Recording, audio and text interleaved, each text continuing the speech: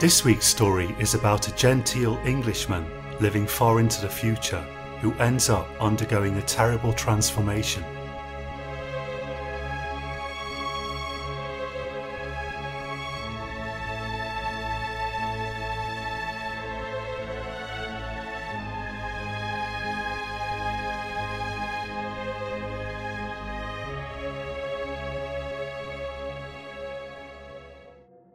I was born in England in 2142.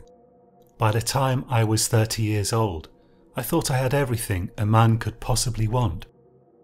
I ran a small antique bookshop, selling actual books made of paper. My clients were mostly rich, and I considered most of them fascinating people. You had to be rich to buy paper books, but not only rich, also a bit crazy. Those old books contained dark and terrible wisdom, and few people had the stomach for it. We managed to fly under the government's radar, only because the government censors didn't much care about the eccentrics who still read old paper books. I owned a stylish apartment on the second floor, which I shared with my beautiful girlfriend, Jenna. Jenna was an artist and she didn't really approve of what I did for a living, but she was the sort of creative person who got a kick out of degeneracy, as she saw it. Sometimes I wonder if you don't live more in the 20th century than the 22nd, she said to me once. We've got books going back to the 19th, I replied. That's so messed up, she said, and she hugged me, and I twirled her around. Is this how they used to dance in the 19th century, she said, laughing. Exactly like this, I said. You're off your head, Solly Amforth, she said. I remember the morning of Sunday the 24th of July, 2173, exactly as if it was yesterday. Jenna went to work and I made myself a green tea, following the tea ritual I'd learned in Japan. My shop was open on Sundays, but I rarely went in on a Sunday. I let the automatons handle everything and took the day off. I loved everything about the tea ritual. The sound of the water pouring from the heavy metal decanter, the soft clinking of the little sieve against the delicate old china cup, the subtle fragrance of the tea, which was grown at a height of no less than 1,500 meters. I set the PA to play Elgar, the cello concerto, which Jenna always said was depressing, but I found invigorating. Our apartment was a little haven of light wood, white walls, potted plants twirling around trellises, and the most subtle and lovely lighting, carefully arranged with all Jenna's artistry. I swept my hand across my panel so I could update myself on the latest news, and an article about President Richards caught my eye. The news said Richards had executed another bunch of dissidents. At that point, I don't know what got into me. I've never really been able to explain it properly, not even to myself. I was a member of a semi-secret group on Fnet for people who read books. I had always assumed we were monitored by the authorities, but I'd also assumed they weren't really interested in what was mostly a bunch of nutty intellectuals. When I saw that Richards had executed those dissidents, I felt a flash of anger. Why execute them, for God's sake? Why not just re-educate them? Someone in the group posted, "Richards is an idiot," and I stupidly reposted it. It was the work of an instant. I gave it no real thought. I just acted out of anger. Then I flicked the thing off and went back to my tea and music.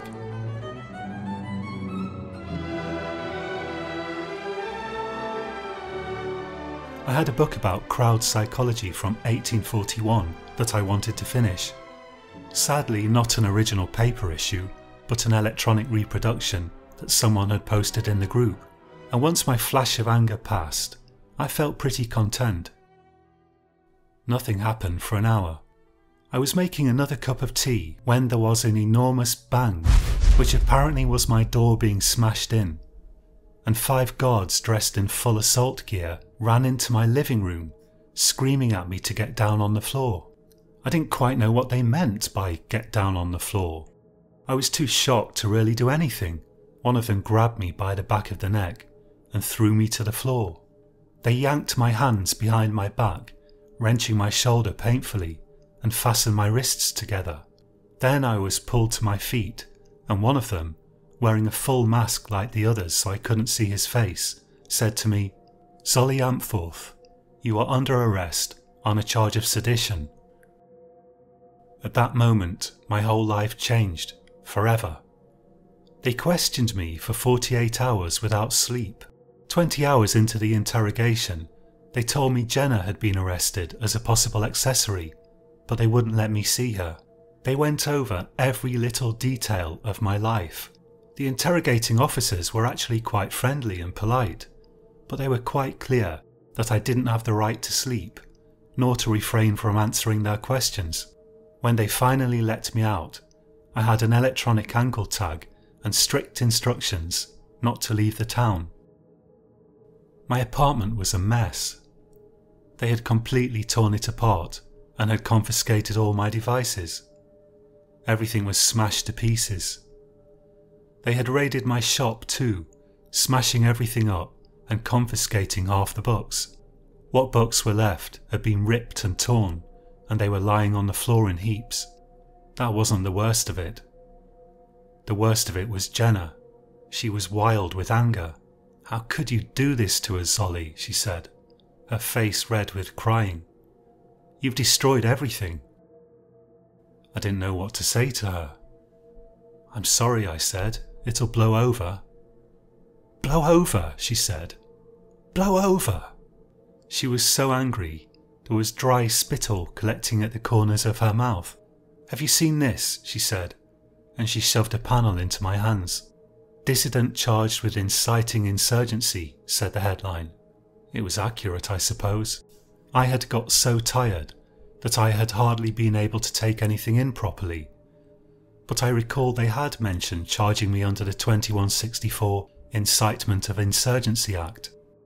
"Bloody hell," I said. "Is that all you can say?" she said. "After everything you've put me through? I'm done with you, Zolly. I should have listened to my parents." "What do you mean?" I said. But she ran into the bedroom and locked the door. I could hear her crying on the other side of the door, but she wouldn't let me in and wouldn't reply to anything I said. I was very hungry and very tired. At that point, I hadn't even had a chance to check my shop, and that little surprise was still waiting for me. I stood there surveying the wreckage of our once beautiful apartment, listening to Jenna crying. The news about my arrest still visible on the panel that I'd thrown on the sofa, and I decided the best thing to do was to eat some bread and then go to sleep, and that's what I did. The next couple of days were hell. Jenna wouldn't talk to me, but the fact is she had nowhere else to go, so we were stuck in the same apartment. I spent a lot of time sorting through the torn books in my bookshop, trying to see if any of them could be fitted together again. Then they called me in for my trial. The trial took place at the Gibson Centre in the middle of town. My blood ran cold at the very sight of that soulless building, and I had never thought I'd end up seeing the inside of it. I wasn't entitled to a lawyer since I was being tried under the Insurgency Act. My case was to be heard by 3 community leaders, functioning as judges. There were a bunch of journalists present, and several lawyers whose purpose was obscure to me. The judges sat directly in front of me, the middle one sitting slightly higher than the others. I don't remember any of their names. I think the middle one was a man. He asked me how I pleaded, and the question honestly caught me off guard. I had, after all, reposted the comment about Richards. If that's what I was being charged with, then I was guilty, so I pleaded guilty. The judges conferred with each other for about a minute, and then the middle one said, "Zolly Ampforth, you are guilty of the most heinous crime imaginable, the incitement of insurgency and sedition. Your thoughtless act of mindless thuggery has threatened the security and sanctity of the United Republic, and ultimately of the entire Federation. I have no choice but to apply the strongest penalty, that of death. However, in view of your own admission of guilt, this court grants you the right to choose your own manner of termination. You will select a responsible individual to carry out your punishment within 48 hours, and the sentence shall be carried out within 7 days. If you do not comply with these terms, you will face the gas."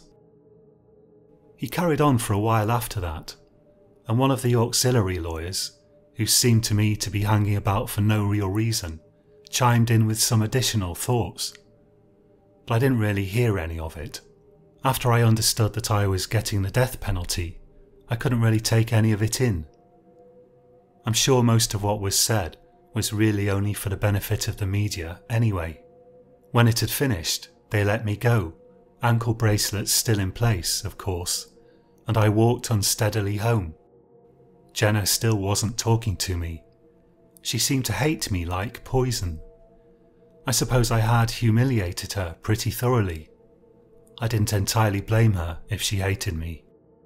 The way I felt was unspeakably strange. I knew I would be dead in a week. I accepted that, but I didn't want to die by gas. I tried to think of someone who'd be able to see me on my way as painlessly as possible, and I thought of Quint.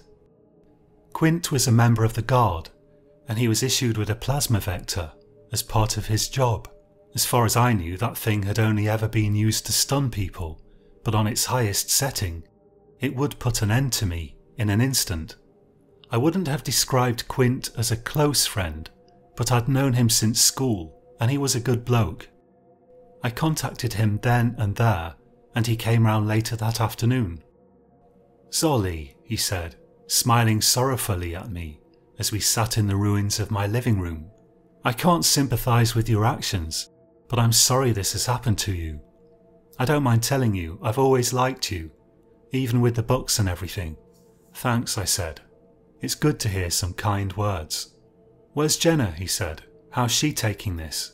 "She's not talking to me," I said. "I think she went out somewhere."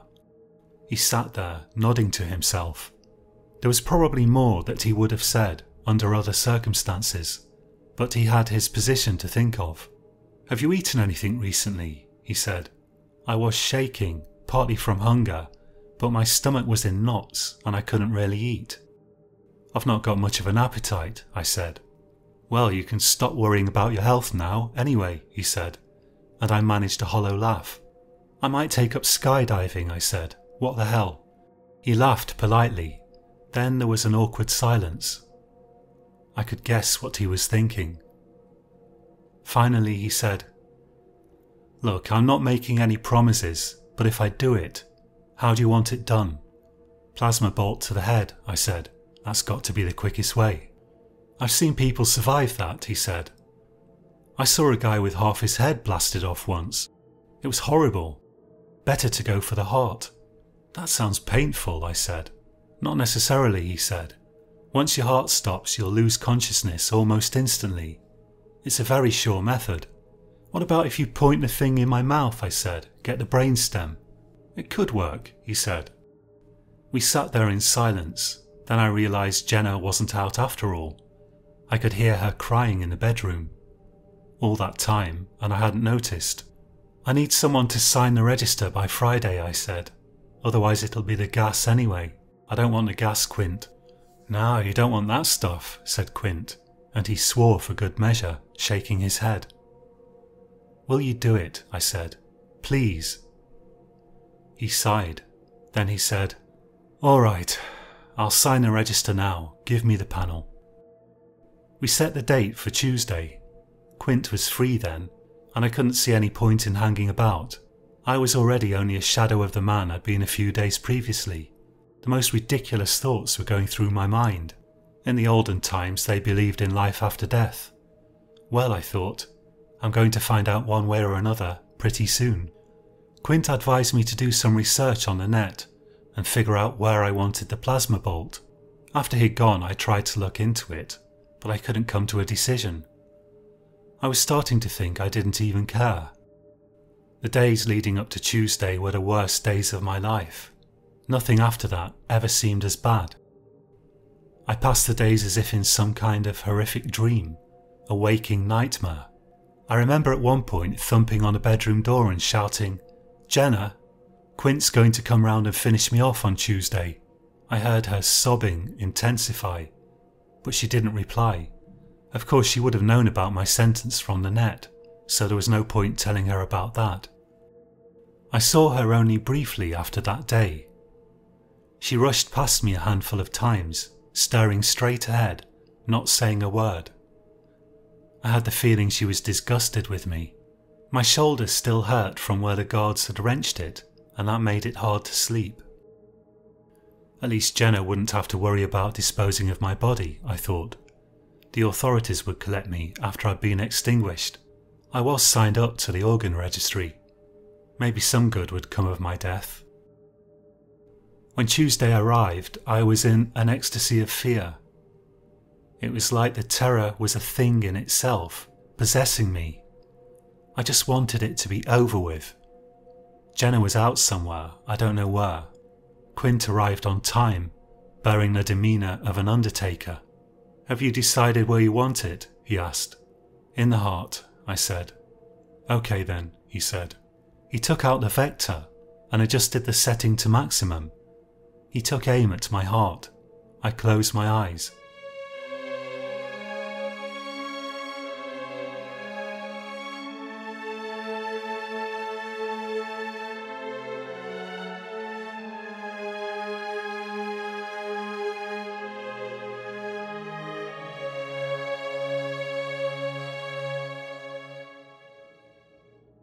Suddenly, he started talking rapidly.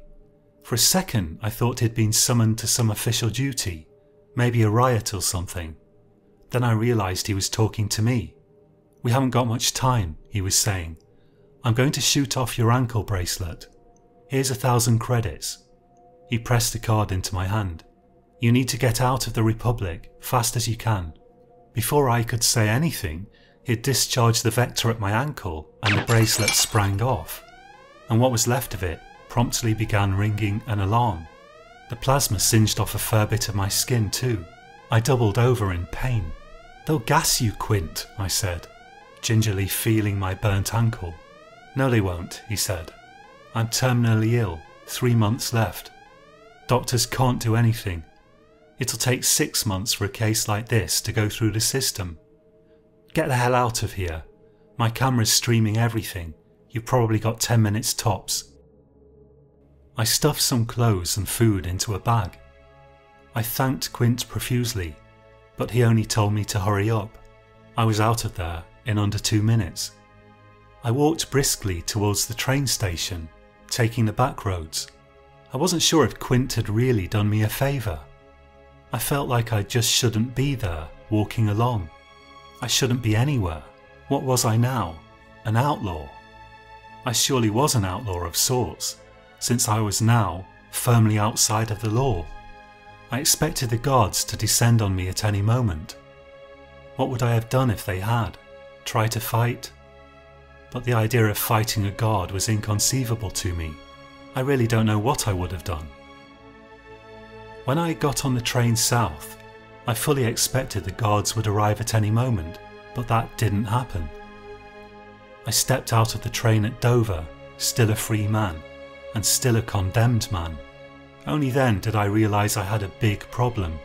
Actually, I had several big problems, but I'd been too nervous on the train to properly think about them. If I tried to get across the channel, I'd have to go through passport control, and they'd surely catch me. If I hung about in Dover too long, they'd surely also catch me. It was only a matter of time before they checked the cameras and figured out that I'd got on a train. Then there was the matter of money. 1,000 credits wouldn't last long. Quint had given me an anonymous card, but I wasn't even absolutely certain that they couldn't track it somehow. I ended up walking along the coast, not knowing what to do. It seemed to me that I was pretty well done for, in spite of Quint's unexpected kindness, and the only real question was how I was going to exit the stage. When darkness began to fall, I found some bushes at the top of a low cliff by the coast and crawled into them. I made a bed for myself out of bracken and lay there shivering a bit, listening to the distant sounds of cars and dogs and children playing on the beach down below. I got colder and colder as the sun went down. I put on all the clothes I had with me, and that helped a lot. I didn't sleep at all that night. My mind was completely preoccupied with wondering how I was going to avoid the guards and whether I could get to France. If I could get to France, maybe I could somehow make a new life for myself on the continent under a false name. People have done stranger things. France was only about 20 miles away, but to get there I'd have to traverse 20 miles of water.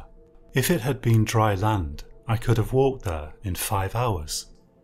I was turning all of these thoughts around in my head when I heard a buzzing coming from the beach below and shouts. I crawled out of the bushes to check what was happening. 6 men had arrived on the beach in an inflatable boat. I watched in the moonlight as they streamed up the path that led from the beach to the nearby road and disappeared. I couldn't quite believe my luck. I don't know who they were or what they were up to, but it appeared they just made an illegal crossing and now they considered their boat surplus to requirements. I scrambled down to the beach as fast as I could. The boat was powered by an electric motor. I deflated the boat, rolled it up as best I could, getting covered in filth in the process, and dragged it up to the bushes, where I covered it with bracken. I had to go back for the motor, and I stowed that in the bushes next to the rest. Then I lay down with a new sense of hope, and I almost actually managed to fall asleep. The next morning I was startled out of semi-consciousness by a dog barking at me from the nearby path. The owner must have thought it was barking at a rabbit. I waited till they had passed, then I scrambled out and stretched my legs. I don't know how, but a plan seemed to have formed in my mind while I had been half asleep. I set off in the direction of civilization. In a cafe, I ate a good breakfast and drank a mug of coffee. I bought black hair dye at a pharmacy. My own hair was short and blonde, but I figured I could dye it black and grow it. Together with a black beard, I ought to be a lot harder to recognise. The cameras would probably pick me up from my gait even so, but I figured if I could just get to France before the guards managed to track me, the perpetual tension between England and France would count in my favour. I tried to walk with stiff legs in the hope of fooling the trackers. That wasn't hard since my legs actually were very stiff. Eventually I found a camping shop and I bought a backpack, a sleeping bag, a pump and some other things. I also bought a battery for the boat. The automaton said it was fully charged and ready to go. I ate through 500 credits in all, which made me nervous because I had no idea where I was going to get more of those, but it seemed a necessary investment. After that I made my way back to the bushes, added some more bracken to my bed and crawled into the sleeping bag. Then I waited, hoping no more dogs would take an interest in me. I didn't make a move till 2 in the morning. Then I dragged the dinghy back to the beach, fitted the new battery to the motor and pumped it up. The whole process was far more exhausting than I'd anticipated, but by 3 I'd finished. The night was perfect, the sea absolutely calm, and there was just enough moon to be able to see where I was supposed to be going. I figured I ought to be able to make the crossing in 2 hours, but it somehow ended up being more like 3. It was almost light by the time I washed up on the beach in France. The crossing itself was terrifying. What had looked like flat sea from the coast turned out to have big waves in it, so that I was continually going up one side and down the other. If I hadn't had the foresight to buy a compass in the camping shop, I doubt I would even have been able to maintain the right direction. When I arrived I was soaking wet, and I thanked my lucky stars that I was still alive. Then I began to walk. I did think of trying to claim asylum in France. France was no friend of the British Republic, but I thought there was still at least a 50% chance that I would get extradited nonetheless, so instead I headed for Italy. My plan was to find some way of starting a new life in the chaotic south of Italy. I needed somewhere where people weren't too scrupulous about things like filling in forms and paying tax, since there was no way I could ever do anything the officially correct way again, as far as I could see. The distance I had to cover was immense, over 1,000 miles, but I planned to take buses once I'd put a good stretch between myself and the French coast. I calculated my money should just about last if I bought the cheapest food available. The worst of it was I didn't speak French and I had no map. As I walked, I started to ask myself some hard questions. How was I supposed to get money if I couldn't legally work anywhere? But then, wasn't I now an outlaw? The law, if it caught me, planned to kill me, so the way I saw it, laws simply didn't apply to me anymore. That meant theft was an option. But there I balked. Firstly, it didn't seem like stealing things was any kind of easy option. Everything in modern society is locked down. France might as well have been a desert from a thievery point of view. Secondly, when I considered whom I might steal from, my mind ran to thinking about the awfulness of having stuff stolen from you. I didn't want to subject people to that experience. When I contemplated the enormity of the task ahead of me, my heart sank, and again I found myself half wishing Quint had gone through with it. Then at other times when the sun was shining, my spirits rallied, and I told myself that soon I'd be living a new life, with new friends, in a new place. I thought of something Sartre had said, "Never were we freer than under the German occupation." I've never liked Sartre, and I had always thought that a bizarre and silly thing to say, even offensively so. But I felt like I finally understood what he was getting at. I was a wanted criminal with only enough money to my name to get by for a matter of weeks. But in another way, I was more free than I ever had been before. I was now firmly beyond the pale, and all I had to consider was where to find food and how to stay away from the French police. It turned out that buses are hard to come by when you're navigating mostly with just a compass. I spent a lot of time walking by the side of quiet roads, my heart quickening whenever I heard a police siren. In a small French village somewhere, I stole a bicycle that wasn't locked. I felt bad about it, but it was an enormous time saver. Instead of hoping to clear 20 miles a day, I could make 100. So I had become a thief. But I told myself, far from the worst type of thief. I stole 2 more bicycles on the entire trip. I kept finding myself stuck on main roads, and that made me nervous, and I had to get off the roads and take buses. I bought some bolt cutters in a town near the Italian border, and they made bicycle theft quite easy. My conscience bothered me less the second time than the first, and even less the third time. I arrived in Naples 3 weeks after landing in France. By then I was a complete mess, and I smelt terrible. I bought some clothes from a second-hand shop and cleaned myself up in a shower in a train station. I also dyed my hair and beard. I managed to sell my last stolen bicycle to a bicycle shop, and I stuck up some ads around the town offering English lessons. I lived like that for about 6 months, teaching a few lessons, sleeping in a tent I pitched in some woodland, and washing myself in a spring. It rained a lot in winter, but I didn't get particularly cold. I adopted the name Max, which was a distinctively English name. There was no hiding the fact that I was English, but common enough at the time that it wouldn't stand out. I never thought much about Jenna.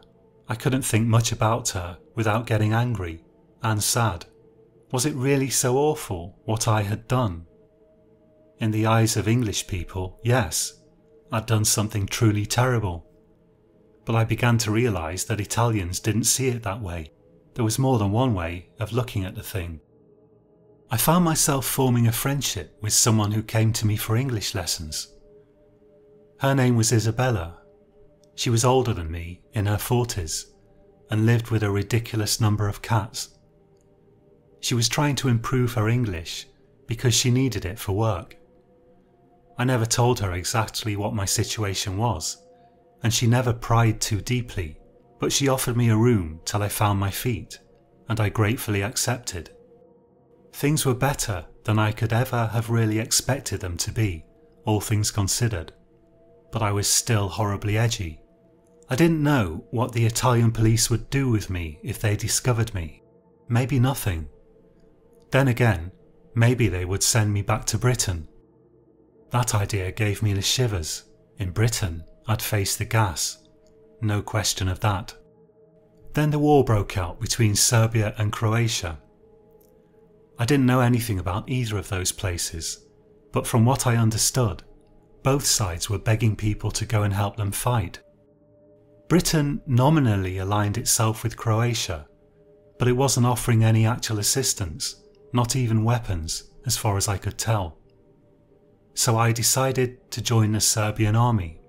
I knew there was a high chance I'd get killed in that fight, and I had zero experience of war or being in an army, but I also knew there was zero chance of Serbia sending me back to Britain. All that time, Serbia had no diplomatic relations with Britain at all. I'd lived so long with the fear of death that the thought of being killed in a war didn't bother me in the slightest. The main thing that bothered me was having to kill Croatians. I had no beef with Croatia. I couldn't really work out which side was in the right. I only knew that if I stayed in Italy, there was a pretty high chance of me eventually facing execution in England. I said goodbye to Isabella, and she waved me off with tears in her eyes. I promised to email her when I could. I got to Serbia via a mixture of buses and walking. It took me a week. I had to go through Croatia to get there, which was a hair-raising business under the circumstances. When I got there, they gave me a week of training, together with an odd assortment of other foreign recruits, shoved a weapon into my hands, and sent me to the front. That war changed me, almost as much as the journey I'd been through to get there. The worst thing about war, in my view, is not the conditions you have to live under, and it's not the things that happen to you, nor the deaths you see happening in front of you. Others might disagree, but for me the worst thing about the war were the things I ended up doing. Things that I could never explain or justify, even really to myself. After a few months of that, stealing bicycles didn't even register in my conscience at all. The most amazing thing I discovered was that there is an entire class of professional mercenaries who go from war to war simply to earn a living. Some of them were ex-army, but others were people like myself. People who, for one stupid reason or another, had taken it into their heads to go and fight some war that wasn't theirs, and now that's what they had become good at. When the war was temporarily over, the Serbs gave me a passport, and finally I was a legal entity again, as long as I stayed away from Britain and her allies. After Serbia, I fought in Armenia, where shrapnel carved an ugly scar across my neck. After Armenia, I did a spell in Hungary, and that made me a tidy packet. Somewhere in a field in Litka, my foot got blown off by a Slovakian mortar, but I had enough money by then to get it replaced with a good, active prosthetic. A year later, the war was still raging, Hungary was still winning, and I went back to finish the job. Afterwards, I settled down with a Hungarian woman called Kati, who I met in Miskolc, and for the first time in my life since I had left the British Republic, I began to feel actually content. I had long since ceased to worry about the morality of war. War was a fact of life as I saw it, and I was only supplying services where needed. For 2 whole years, Kati and I farmed grapes. We got 2 dogs, and we talked about having children. Then the Republic of Britain fell into civil war.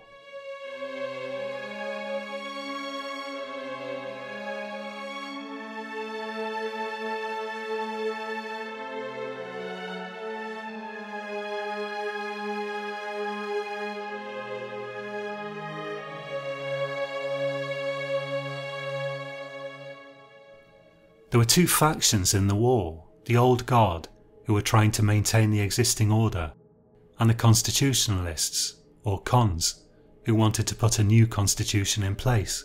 I should have stayed out of it. I didn't need the money, but that war was personal. I flew to Britain, telling Cathy I'd be back in 6 months, and joined the cons. Actually, it was to be a year and a half before I saw her again. That fight was truly bitter. Both sides were using all the latest weapons. Things that should have been banned but weren't. The only things they didn't use were chemicals and nukes. Honestly, I believe any neutral observer could see the old guard didn't stand a chance. Their army was mostly conscripted, and even half of their own army hated them. Defections were incessant. A man could easily start the day fighting for the old guard and finish it fighting for the cons. I'd been in Britain about a year when I found myself in my hometown. By then, the old guard were clearly losing. Everyone knew it, and yet they kept fighting anyway.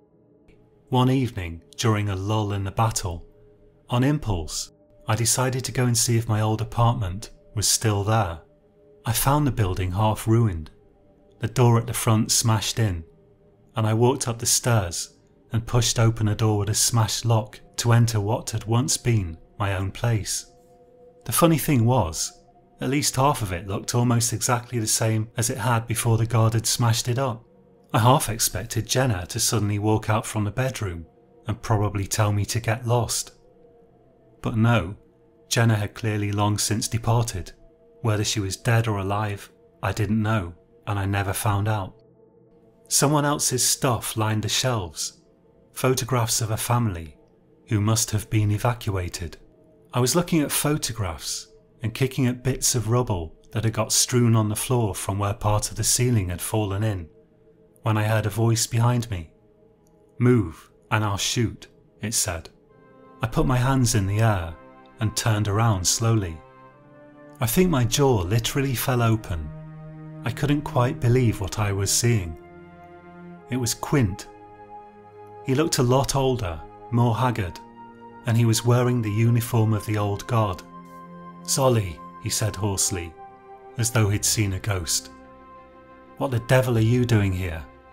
My own uniform probably answered his question. "I came back to fight," I said.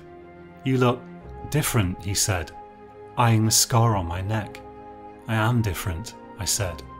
Then I added, "I thought you were dead." "Turns out doctors don't always know what they're talking about," he said. "Surprised they didn't liquidate you," I said. "They sentenced me to a year of home arrest in view of my condition and past record," he said. I smiled and almost began to laugh. I started to lower my hands. Then he half shouted, "Keep your hands up." "Quint," I said, "it's me. Why don't you defect? I can put in a good word for you."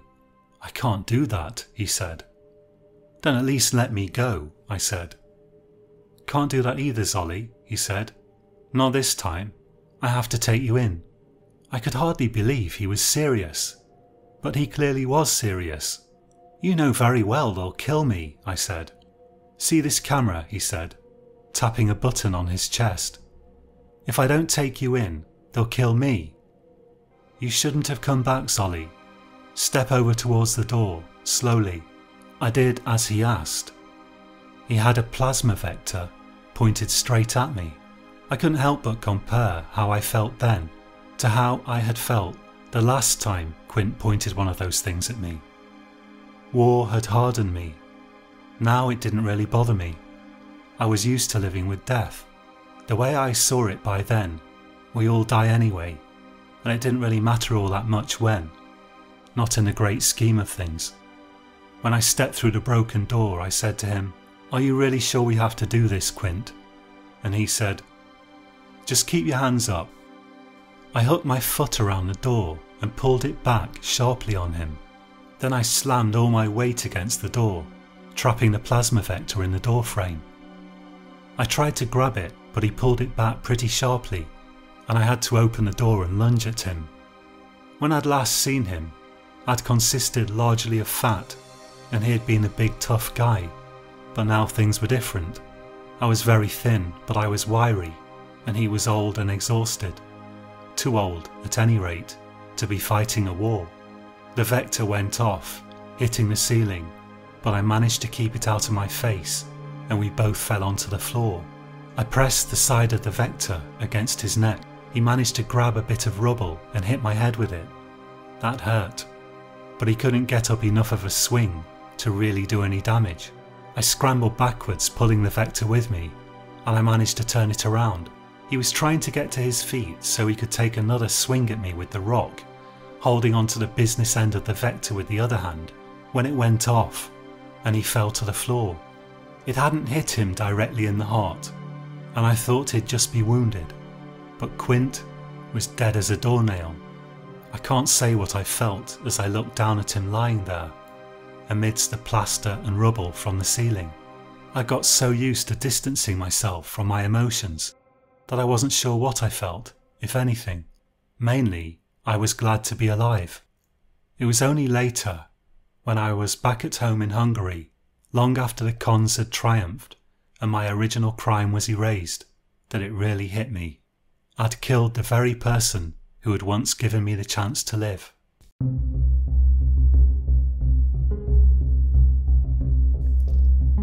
Thank you for listening. You've been listening to Science Horror and my name's John.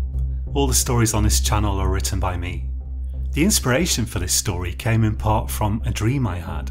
I dreamed that I was falsely accused of some kind of crime, and I was, like the character in my story, sentenced to be executed by a friend of mine, wielding a gun. And in the dream I was agonising about where I wanted to be shot. It was quite a nightmare. But unexpectedly the friend let me go. And in my dream, as I was walking away, I was gradually waking up, so I became sort of increasingly more logical as I regained consciousness. And I started to think, what am I going to do now? And once I'd woken up properly, I thought, well, I think what I'm going to do is write a story about it. If you enjoyed this story, please consider becoming a ruthless mercenary who forces people to click the like and subscribe buttons on my videos. Thank you so much. Next week I'm probably going to read you a story that I'm working on about a series of inexplicable murders in Victorian London. Do join me again for that. Until then, have a good week and sleep well.